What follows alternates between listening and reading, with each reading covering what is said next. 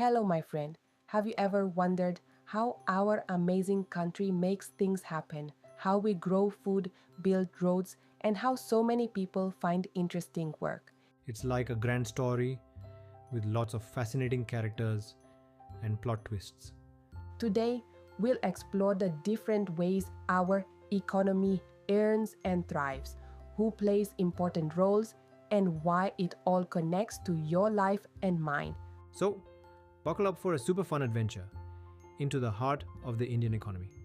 Think of it like exploring a giant, bustling mela. So much to see and understand. Before we jump into the different acts of our Indian economic story, let's understand what this economy actually is. Imagine your own family, right? Maybe your papa or mummy works hard to earn money. With that money, you get yummy food on your plate, cool clothes to wear, you go to your favorite school, and sometimes you even get to enjoy fun holidays. Everyone in your family plays a part in managing what you have and what you need, isn't it? Now think of our entire country, India. It's like one huge family, but on a scale that's almost hard to imagine. Our country's economy is all about how all the people here earn their living, how we produce objects. Those things you can touch and use, like your cricket bat or your colorful kites, and how people provide service, seva, those helpful things people do for you, like your teacher explaining a tough problem, or the friendly doctor making you feel better. It includes everything from our hard-working farmer growing golden wheat in his fields to the lady selling fresh vegetables in the market, from the big factories making your school bags to your wonderful teacher in class. So you see, the economy is like a giant, super organized system where everyone is busy doing something important to help our country run smoothly and take care of all its people. It's like a massive team working together. Now, imagine trying to understand how a giant, super busy railway station works all at once. So many trains coming and going, so many people rushing around. You could feel a bit confused, right? That's why, to make things easier to understand, we divide our economy into different parts, or what we call sectors. It's just like how in your school, you have different classes for different subjects or age groups.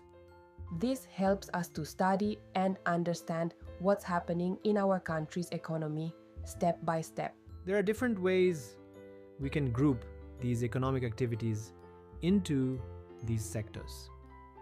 In this chapter, we are going to learn about 3 really important ways to look at them.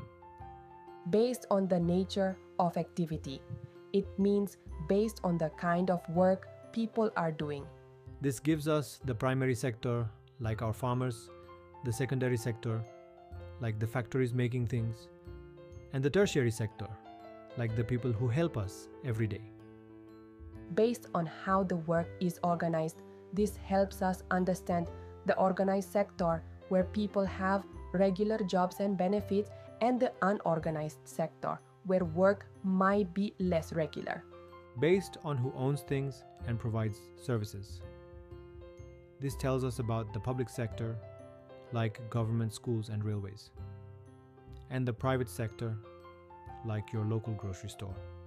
Understanding these 3 ways of dividing our economy will give us a fantastic picture of how India works, grows, and takes care of all of us. So, let's put on our thinking caps and explore each of these in detail. My friend, let's think about where all the amazing things around us start their journey. Imagine biting into a juicy apple. It grew on a tree, right? Or the yummy milk in your glass. It came from our gentle cows or buffaloes. Even the metals used to make your bicycle were dug out from deep inside the earth. These activities, where we directly use the gifts of nature, are all part of the primary sector. Think of it like going straight to the source. Why do we call it primary? Well, it's like the first step in making so many other things. It's the base, the foundation, just like the strong base on which we build our homes. Without the primary sector, we wouldn't have the basic ingredients for almost everything else. Let's look at some everyday examples from primary sector. Farming kheti, growing golden wheat for our rotis, fragrant rice for biryani, colorful fruits, and all those healthy vegetables. Remember how we talked about growing cotton? It all depends on nature's kindness. The rain, the sunshine, and cotton itself is a natural product. Dairy farming, taking care of our cows and buffaloes for that creamy milk we love. This is all about the natural process of these animals and the food they eat. And milk, just like cotton, is a pure gift from nature. Fishing, catching those slippery fish from our rivers, like the Ganga, our serene lakes, and the vast Indian Ocean. Forestry, Waniki, growing and using our precious trees for strong wood to build furniture and for so many other useful things. Mining, Khanan, digging out valuable minerals like iron and coal from the earth. These are like hidden treasures within our land. Animal husbandry, raising our friendly goats, hens, and quacking ducks. Beekeeping, collecting that sweet golden honey from busy bees. Gardening, growing beautiful plants and colorful flowers in our gardens. Because so many of these important jobs are about farming, milk, fishing, and our forests, the primary sector is also often called the agriculture and related sector. So, whenever you hear someone talking about the agriculture sector in India, remember it's a big and vital part of this primary sector. It's the backbone that feeds so many of us. Now, let's think about what happens to all those raw things we get from nature in the primary sector. Remember the cotton that our hardworking farmer grew? We don't usually wear raw cotton straight from the field, do we? It needs a little bit of magic to become the soft clothes we wear. This magic of changing natural products into something else through making things is what the secondary sector is all about. This sector is like the next exciting chapter after the primary sector. Here, the things we use are not directly from nature anymore. They have to be made using some kind of process, often in a factory, a smaller workshop, or sometimes even in our own homes. Let's see some amazing examples of the secondary sector in action all around India. Manufacturing cloth from cotton fibers. Taking that raw cotton and spinning it into thread, then weaving it into the beautiful fabrics for your school uniform or your favorite kurta. Making sugar or gur from sugarcane. Crushing the juicy sugarcane from the fields and processing it to get that sweet sugar for your chai or the traditional gur that your grandmother might use. Converting earth into bricks and building houses, taking the soil, shaping it into strong bricks, and then using those bricks to build our homes, schools, and tall buildings. Making cars, computers, and other industrial products. These amazing things are made in big factories using all sorts of raw materials and clever machines. Weaving baskets, using natural materials like bamboo or cane to create useful and beautiful baskets. Working in a match factory, manufacturing those little sticks that help us light a diya for Diwali or cook our food. Pottery, shaping clay that comes from the earth into beautiful pots and diyas. Tailoring, using cloth to stitch those perfect fitting clothes for you. Because this sector grew hand in hand with the development of different kinds of industries, It's also known as the industrial sector. So, whenever you hear about industries, factories, and workshops buzzing with activity, remember that's the amazing secondary sector at work, transforming nature's gifts into the things we use every single day. So, we've seen how our hardworking people in the primary sector produce raw materials, and how the clever people in the secondary sector transform them into useful things. But wait, how do all these amazing things reach you and me? How do businesses connect and work together? And how do we get important help, like going to school or seeing a doctor? That's where the tertiary sector steps in, like a friendly helper. Think of the tertiary sector as all the activities that support and help the primary and secondary sectors grow and work smoothly. They don't actually make physical goods themselves, but they provide essential aid and support for the whole production process. They are like the well-oiled wheels that keep our entire economic gadi running perfectly. Because the main job in this sector is to provide seva, the service, rather than make objects, goods. The tertiary sector is also lovingly called the service sector. Let's look at some examples of these helpful services all around us. Transport, parivahan, moving goods from where they are made to where they are needed, using our strong trucks, zooming on highways, trains running across the country, ships sailing on our vast oceans, and even aeroplanes soaring in the sky. Remember those lorries carrying fresh vegetables from the farms and milk from the villages? That's the tertiary sector, supporting our agriculture. Trade, vyapar, buying and selling goods in big wholesale markets and your friendly neighborhood retail shops. Think about the uncle or auntie in the shop who sells you your favorite biscuits. That's part of the trade service. Storage bandaran, keeping goods safe and sound in big godowns until they are ready to be used or sold. Communication, sanchar. Talking to each other on our phones, sending important letters through the post office, and using the amazing internet to connect with the world.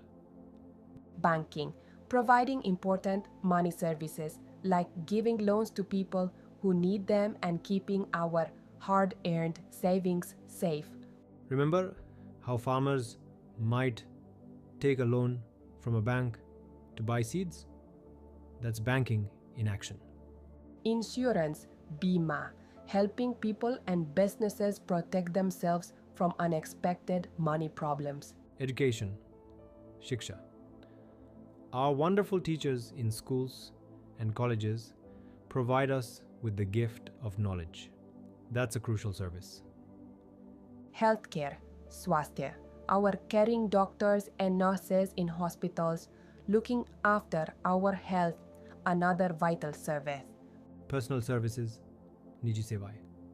Helpful people like our dhobi bhaiya, washerman, our friendly barber, the mochi, cobbler, who fixes our shoes, and our knowledgeable lawyers.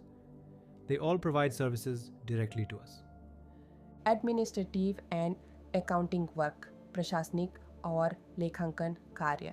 These are the important behind-the-scenes support services for many businesses to run smoothly.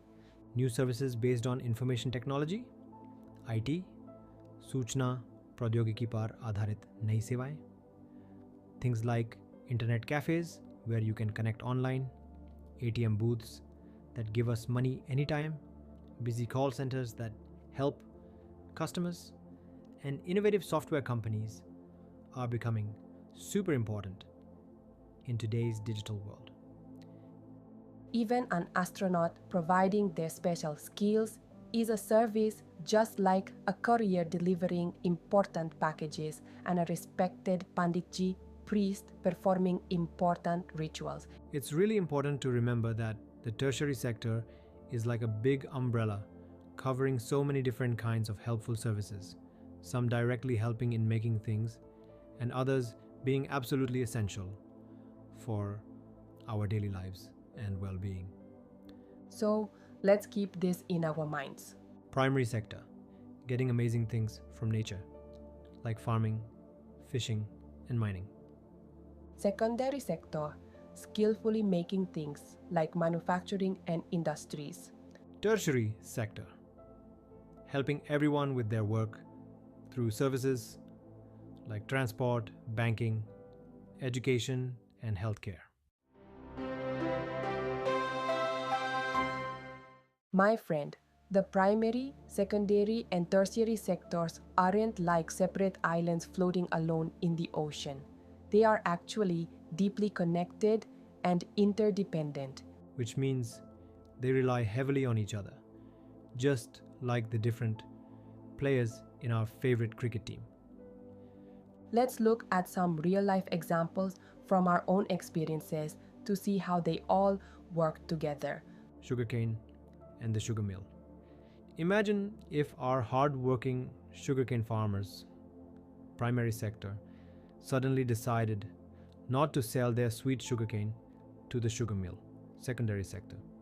What would happen? The poor sugar mill would have to close down. This clearly shows how the secondary sector absolutely depends on the primary sector for its raw materials. No sugarcane, no sugar. Cotton farming and textile companies. Now think if the big textile companies decided to buy all their cotton, a product of the primary sector, from other countries and stopped buying from our own Indian farmers. Our poor Indian cotton farmers would face huge losses and might even go bankrupt. This shows how crucial the secondary sector is for the primary sector's income and well-being. Fertilizers and farming costs. Our farmers need to buy important things like tractors and fertilizers, which are often made in the secondary sector to grow their crops well. Now, imagine if the price of these fertilizers suddenly shoots up. The cost of farming, primary sector, would increase, and our farmers' profits would shrink. This shows how the primary sector depends on the products made in the secondary sector. Transport and food supply. Think about all the people working in factories, secondary sector, and offices, tertiary sector, in our bustling cities like Delhi. They all need food to eat, which comes from the primary sector in our villages and farms.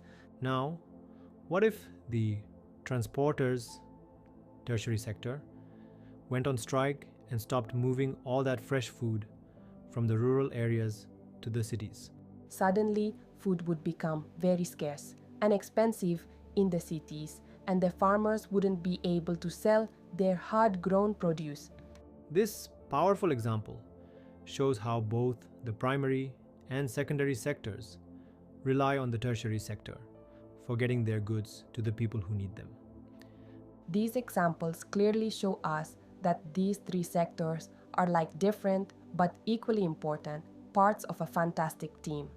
They all need each other to work together smoothly and keep our Indian economy strong and thriving.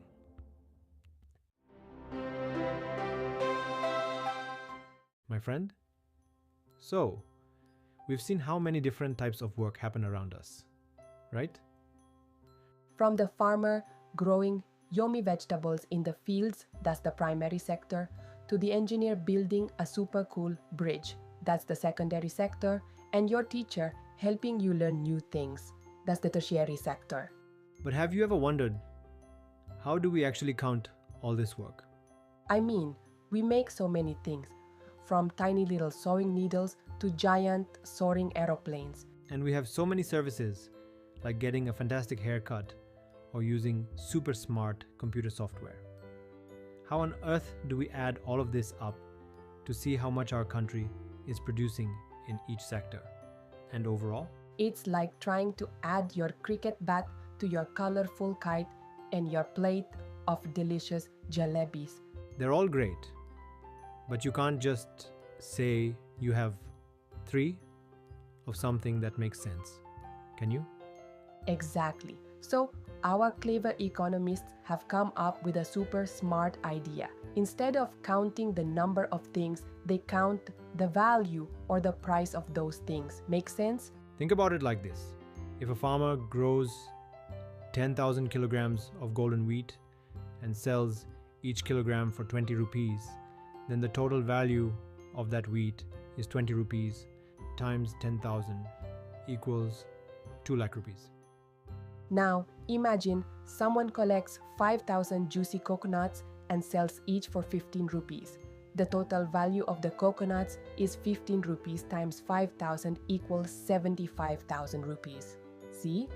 We do the same thing for all the amazing goods and services produced in our three sectors, and then we simply add up these values. It's like adding the total money earned from selling the wheat and the total money earned from selling the coconuts to get a bigger picture of the economic activity. Now, listen closely, my friend, because here comes a super important rule. We should only count the value of what we call final goods and services. Think of them as the finished products that finally reach you as a consumer. When we are counting all this amazing work our country does, we need to be a little careful about what we count. Let's go back to our yummy biscuit example to understand this better. Imagine a farmer, Ramu Kaka, works hard in his field and grows beautiful golden wheat. He sells this wheat to a flour mill for 20 rupees per kilogram.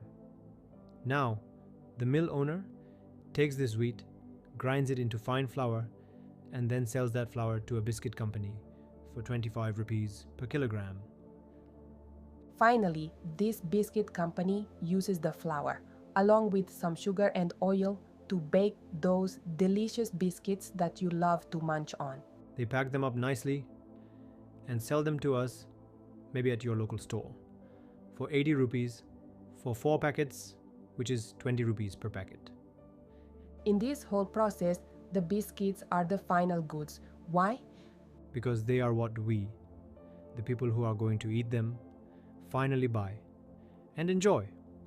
The wheat that Ramu Kaka grew and the flour that Uncle Sharma made are called intermediate goods. Think of them as ingredients or things that are used up to make the final product, the biscuit. They're like the supporting actors in a movie, important but not the main star we see at the end. So, why do we only count the final biscuits and not the wheat and the flour separately? It's because the price you pay for those yummy biscuits, 80 rupees for 4 packets, already includes the cost that the biscuit company paid for the flour, 25 rupees per kilogram. And that 25 rupees itself already includes the value of the wheat that Ramu Kaka sold. If we counted the wheat, then the flour, and then the biscuits, it would be like counting the same 20 rupee note 3 times. It wouldn't give us the real amount of money, would it? It would give us a very inflated and wrong picture of how much our country actually produced. So we only focus on the final, ready-to-use goods and services. So now we know that to measure the total work done in our country, we look at the value of all the final goods and services produced in each of our 3 amazing sectors. The one with the farmers and nature, primary, the one with the factories and machines, secondary, and the one with all the helpful services, tertiary, during one whole year. When we add up the total value of all this final production from all 3 sectors, guess what we get? We get something super important called the gross domestic product, or GDP, of our country. Think of GDP like the total score in a giant cricket match where the entire country is playing.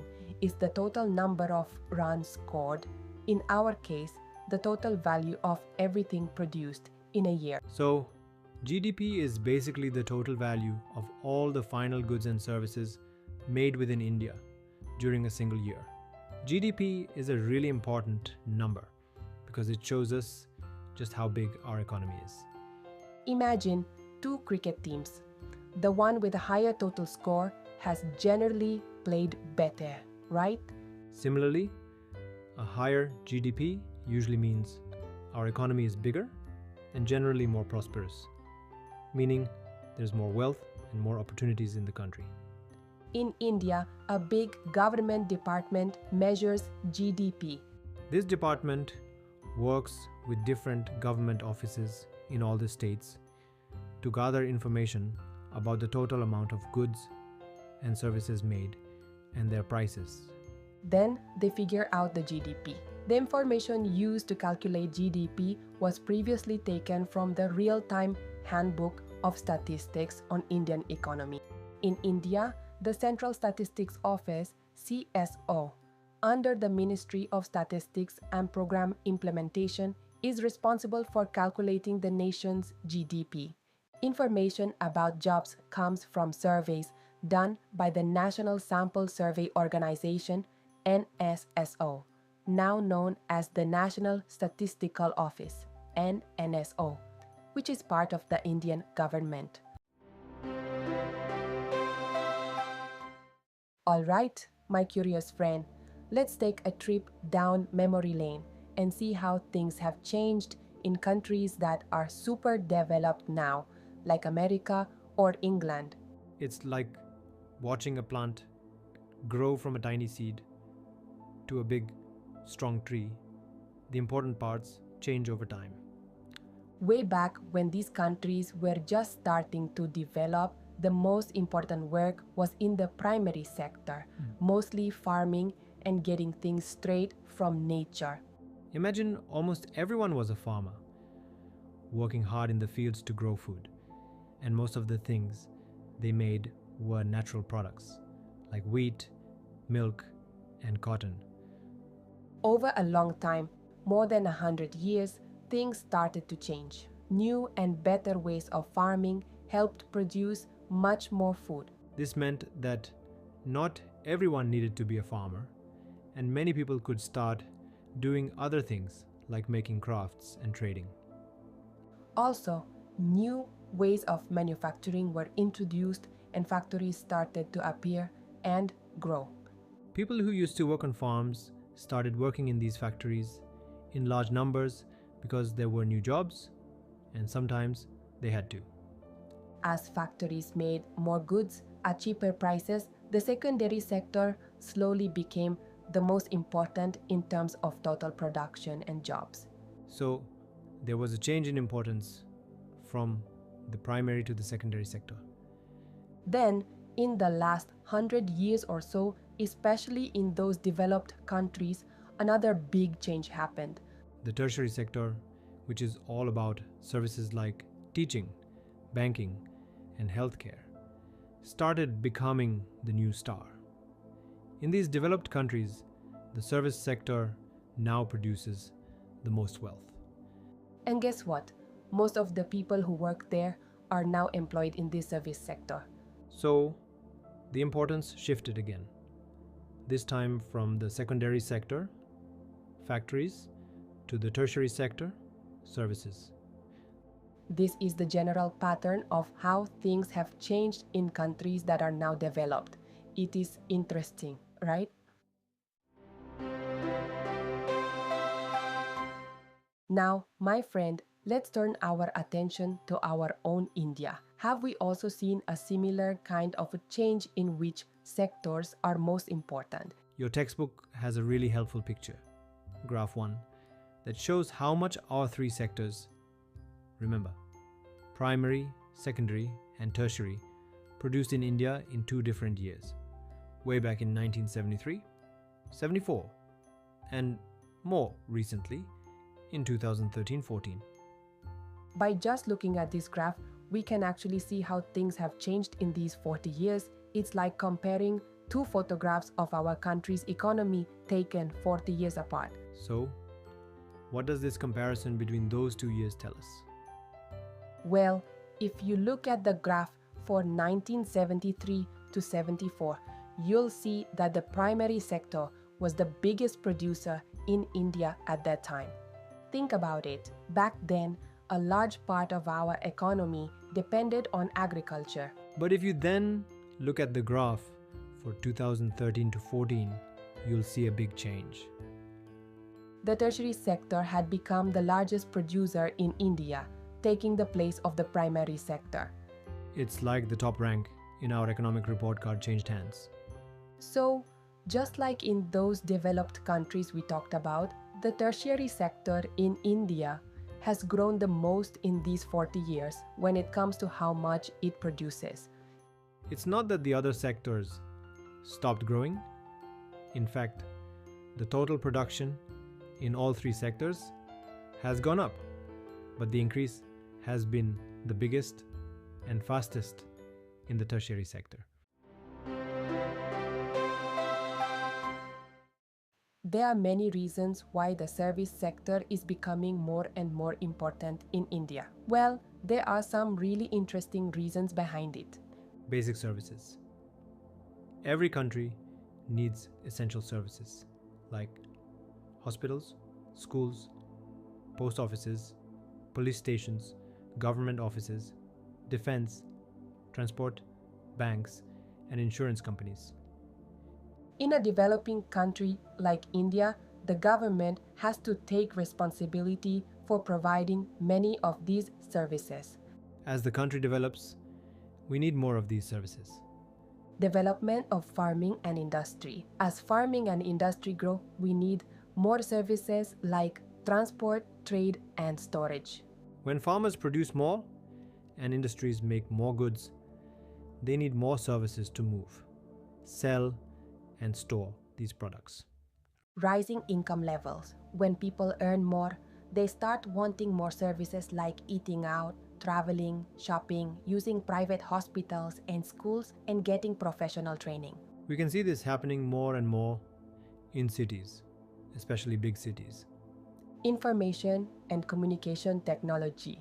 In recent decades, new services using computers and the internet, like internet cafes, ATMs, call centers, and software companies, have become very important and necessary.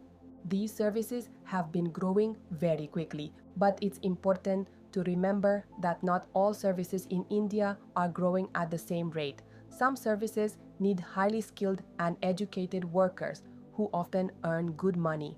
On the other hand, many people work in services like small shops, repairs, and transport, and they often struggle to earn enough and do these jobs because they don't have better chances.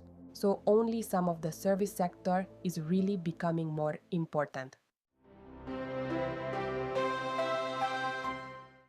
We learned that the service sector makes the most money in India now, but what about where most people work? Your book has a graph, graph 3, that shows how many people had jobs in each of the three sectors in 1977 to 78 and 2017 to 18. Here's something surprising. Even though the service sector makes the most money, the primary sector still employs the most people in India, even today. Why haven't more people moved out of the primary sector for jobs, like what happened with production? It's mainly because the secondary and tertiary sectors didn't create enough new jobs for everyone who wanted to leave farming. For example, even though the industrial sector made more than 9 times as many goods between 1977 to 78 and 2017 to 18, the number of people working in industry only increased by about 3 times. The same thing happened in the service sector. While production increased by about 14 times, the number of jobs only increased by about 5 times. So, in 2017 to 18, more than half of the workers in India were in the primary sector, mostly in farming, but they only produced about 1/6 of the country's income. On the other hand, the secondary and tertiary sectors together produced the rest of the income but employed less than half the people. This situation, where more than half the people work in farming but produce only a small part of the total output, tells us something important. It suggests that farm workers aren't producing as much as they could. What it really means is that there are more people working in farming than needed. So, even if some people left farming for other jobs, the total farm production might not decrease much. In other words, many farm workers are underemployed. Think about Lakshmi, the small farmer with a 2-hectare farm that depends on rain. All 5 members of her family work on this small farm all year. Why? Because they don't have anywhere else to work. Everyone in the family is doing some work, but because there are so many of them on such a small piece of land, their work is divided, and no one is fully employed. They're all working, but they're working less than they could. This type of underemployment is hidden. Everyone looks like they're working, but they're not really fully occupied. This is different from someone who doesn't have a job at all and is clearly unemployed. Because it's hidden, this type of underemployment is also called disguised unemployment. Underemployment isn't just a problem in farming areas. It can also happen in other sectors, especially in the service sector in cities. Think about the thousands of workers like painters, plumbers, and repairers who look for work every day. Many of them don't find work every day. Similarly, you might see people on the street pushing a cart or selling small things. They might work all day but earn very little. They do this because they don't have better job opportunities. From what we've talked about, we can see that many people in farming don't have enough work, and some people don't have any work at all. So, how can we create more job opportunities for people? Here are some ideas. Improving irrigation. Let's go back to Lakshmi example. If the government or banks helped her family build a well to water their land, she could grow another crop like wheat in the dry season. This extra crop could give jobs to 2 more people from her family on their farm for about 50 days. If we build more dams and dig canals to water more farms, it could create more jobs in farming itself, which would mean less underemployment. Investing in infrastructure. If farmers like Lakshmi grow more crops, they'll need to sell some of them. To do this, they need good transportation and places to store their crops. If the government invests money in these things or builds better roads in villages so that small trucks can reach everywhere, farmers with access to water can keep growing and selling their crops. This will create good jobs not just for farmers, but also for people in services like transport and trade. Providing cheap farm loans. Farmers need things like seeds, fertilizers, and tools to grow their crops. Poor farmers like Lakshmi often have to borrow money from moneylenders at very high interest rates. If local banks give them loans at reasonable interest rates, they'll be able to buy these things when they need them and improve their farming, which can lead to more jobs. Supporting village industries and services. We can find, support, and set up industries and services in areas near villages where many people can find jobs. For example, if many farmers grow arhar and black grams, building a dal mill to process these could create jobs. Cold storage places could help farmers store things like potatoes and onions and sell them when they can get better prices. In villages near forests, we could start honey collection centers. Also, industries that process vegetables and other farm products could be set up in these areas, creating jobs away from big cities. Improving education and health. In India, many young people between 5 and 29 years old don't go to school. If these children go to school, we'll need more school buildings, teachers, and other staff, which can create many jobs. One study estimated that we could create about 20 lakh jobs just in the education sector. Similarly, to make health better, we need more doctors, nurses, and health workers, especially in villages. Developing other sectors. Every area can increase income and jobs through things like tourism, local crafts, or new services like computer-related work. These might need good planning and help from the government. For example, improving tourism could create more jobs for many people every year. Mahatma Gandhi National Rural Employment Guarantee Act 2005, MGNREGA 2005. Because we needed to do something quickly in the short term, the government made this law. Under MGNREGA 2005, all people in villages who can work and need work are guaranteed 100 days of work in a year by the government. If the government can't provide work, it will give unemployment money to these people. The law also focuses on work that will help increase farm production in the future. This law is also called right to work because it guarantees jobs. So you see, there are many ways we can create more jobs in our country, help people who are underemployed, and ensure that more of our talented people have the opportunity to contribute to India's growth. It's like planting many seeds so that we can have a big and fruitful garden of opportunities for everyone.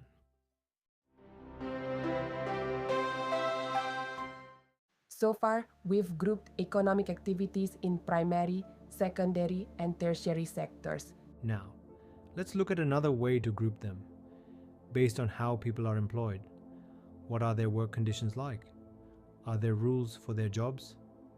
This grouping gives us the organized and unorganized sectors. The organized sector, rules and security. The organized sector includes businesses or workplaces where the job conditions are regular, so people have steady work. These workplaces are registered by the government and have to follow its rules, which are different laws like the Factories Act, Minimum Wages Act, Payment of Gratuity Act, and Shops and Establishments Act. It's called organized because it has formal ways of doing things. Even people who work for themselves in this sector often have to register with the government and follow the rules. Workers in the organized sector usually have job security. They usually work a set number of hours, and if they work more, their employer has to pay them extra.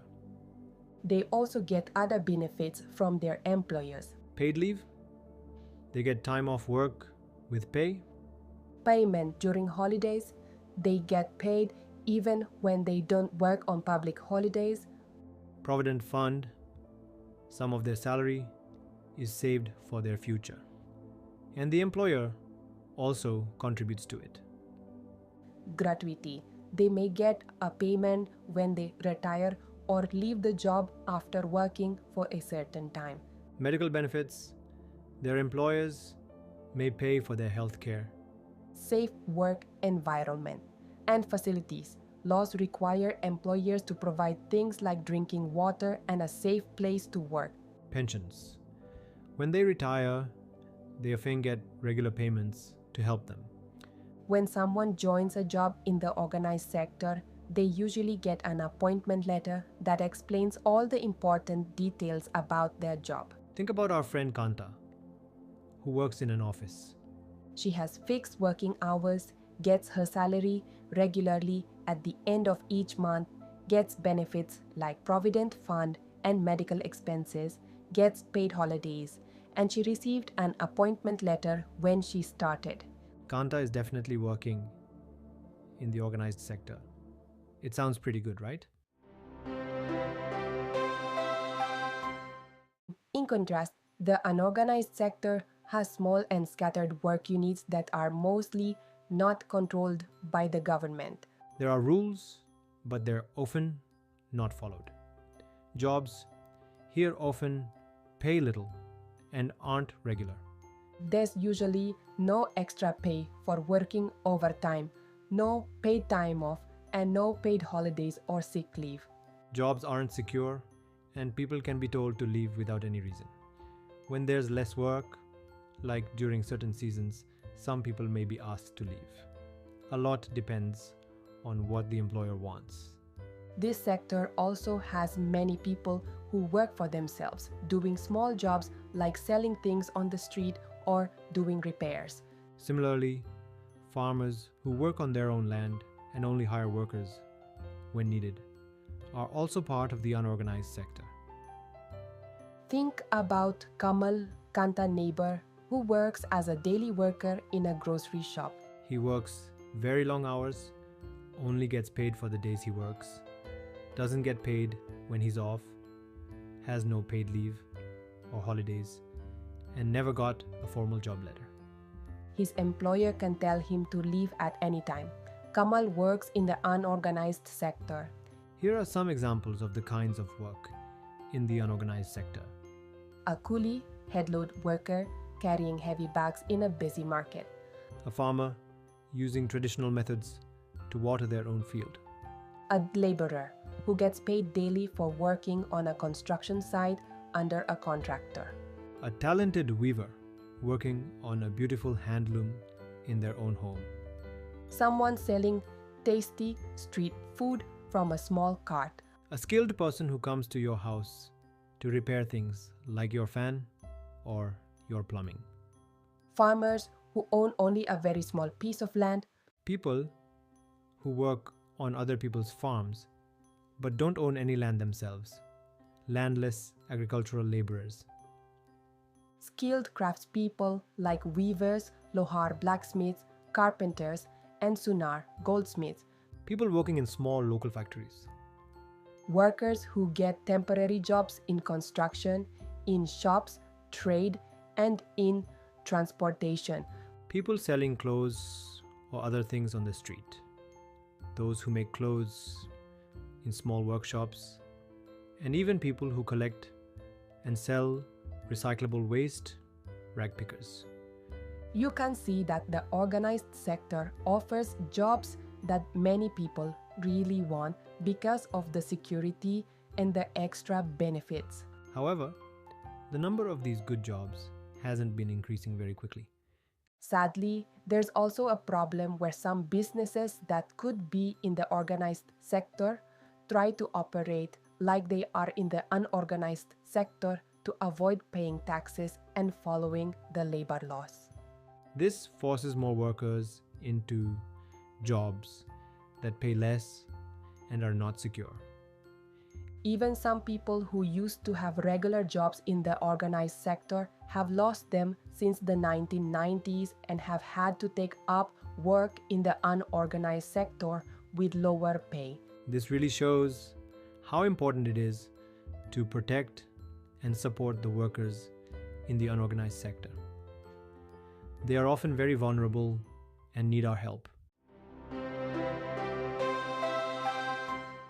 Imagine a world where many workers are like invisible figures in our economy. They work hard, but their jobs aren't secure, their pay is often very low, and comes irregularly, and they don't receive benefits like health insurance or paid time off. This is the reality for many workers in the unorganized sector. Many of these workers are in villages. They might be farmers who don't own the land they cultivate, small farmers with very little land, people who farm on land owned by others, or skilled workers who make things by hand. These small farmers often need help getting things like seeds, fertilizers, loans, storage for their crops, and help with selling what they grow. In cities, the unorganized sector includes people working in small factories, those who do temporary work in construction or transportation, street sellers, and many others. Small businesses often struggle to get the raw materials they need or to find places to sell their goods. Temporary workers in both villages and cities need better protection at work. It's important to note that many people from specific communities, like scheduled castes and tribes and backward communities, often find themselves working in the unorganized sector. On top of the challenges of low pay and irregular work, they also face unfair treatment in society.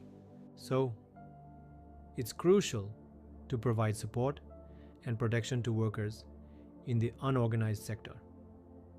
This support could include things like ensuring they earn at least a minimum wage, giving them basic social security like health benefits and insurance, and making their working conditions better.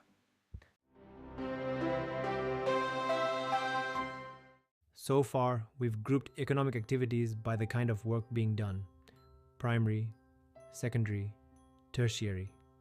Now, let's look at another way to group them, by who owns the businesses and who delivers the services. This gives us the public sector and the private sector. The public sector owned by the government. In the public sector, the government owns most of the things and provides the services.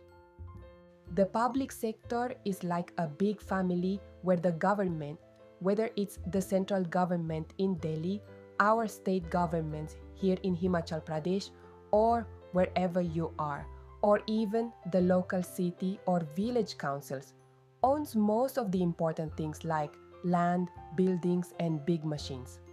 And it's also the government that is responsible for providing many of the essential services we all need. Here are some examples of the public sector right here in India. Railways. Our huge network of trains, Indian Railways, is owned and run by the government.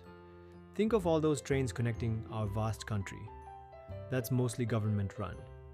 Post office, sending letters and parcel through the postal service, is also a government operation. Remember, the friendly postman, he works for the government.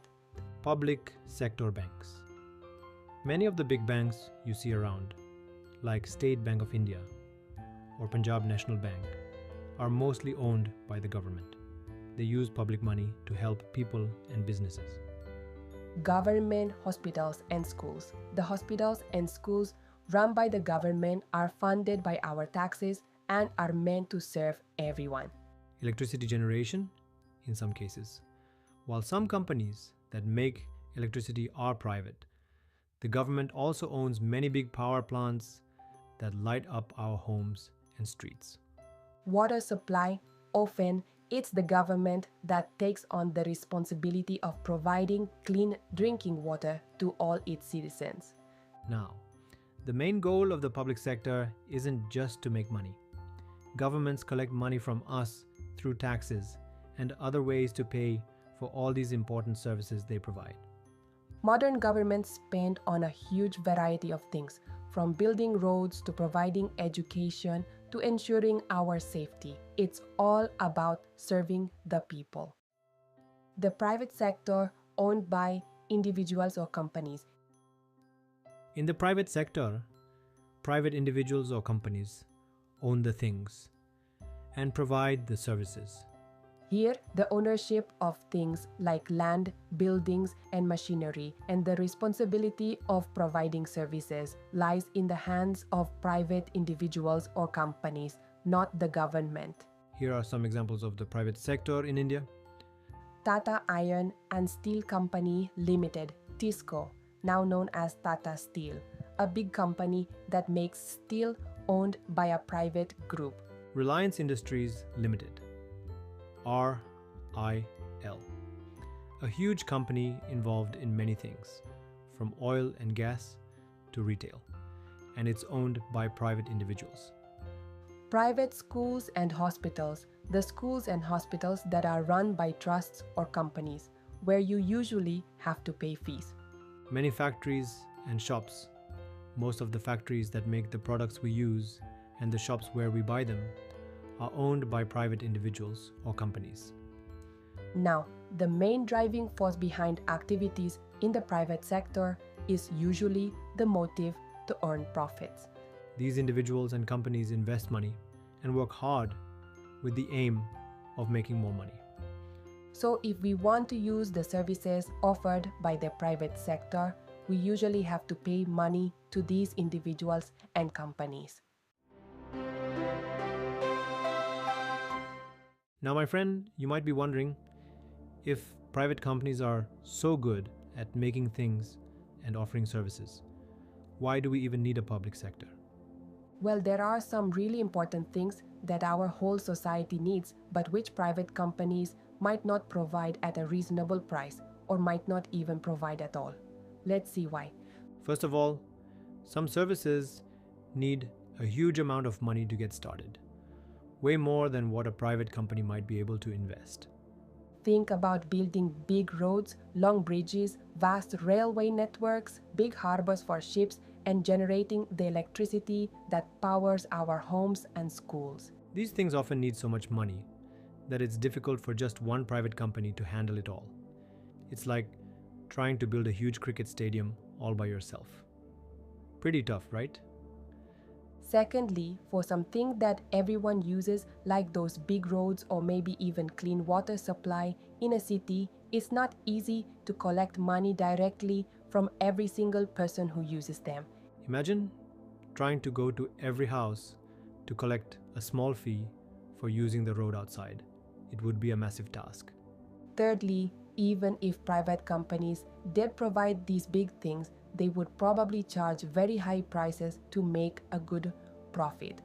This might make these essential things too expensive for many people, especially those with lower incomes. So our government has to step in and make these big investments to make sure that everyone has access to these important facilities. It's like the government is making sure everyone gets a fair chance. Also, there are some important activities that the government has to support to help our country grow. Sometimes, private companies might stop making or selling certain things if it's not profitable enough. For example, if electricity companies only charged the actual cost of making electricity, it might become very expensive for our industries, especially the small ones. They might even have to shut down, which would mean job losses. So, the government steps in by producing and supplying electricity at prices that these industries can afford, even if it means the government has to pay for some of the cost. It's like the government is giving a helping hand to our industries. Similarly, here in India, our government does something really important with food. It buys wheat and rice from our hardworking farmers at a fair price, so the farmers get a reasonable income. Then it stores these food grains and sells them at a lower price to us, the consumers, through ration shops. The government has to spend some money in this process, but it helps both the farmers and the people who need affordable food. It's like the government is playing the role of a helpful middleman.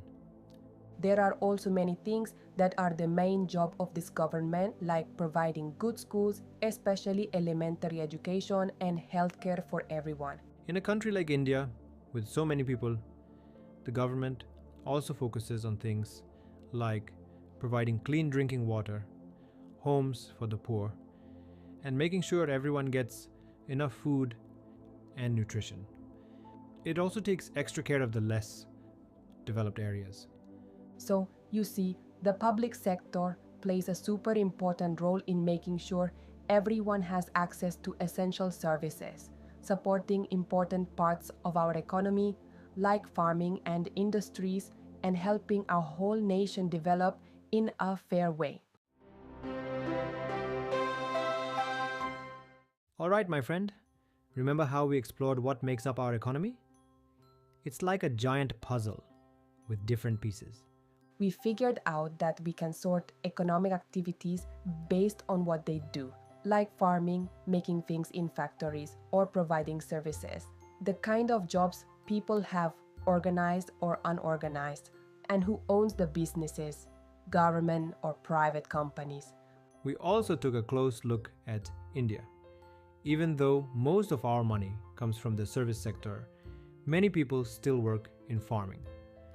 We also talked about how some people don't have regular jobs or good benefits, and we learned why it's super important for the government to step in and provide certain services so that everyone benefits. Understanding all of this helps us see how our country makes a living and how we can all work together to make India's economy stronger and fairer for everyone. So keep your eyes open, keep asking questions about the things you see around you, and you'll become a super smart expert on the Indian economy. Got any questions? Ask in the comments below. We are here to help. Subscribe for more. And let's keep learning together. That's a wrap. Now go out there and amaze the world with what you've learned. See you in the next one.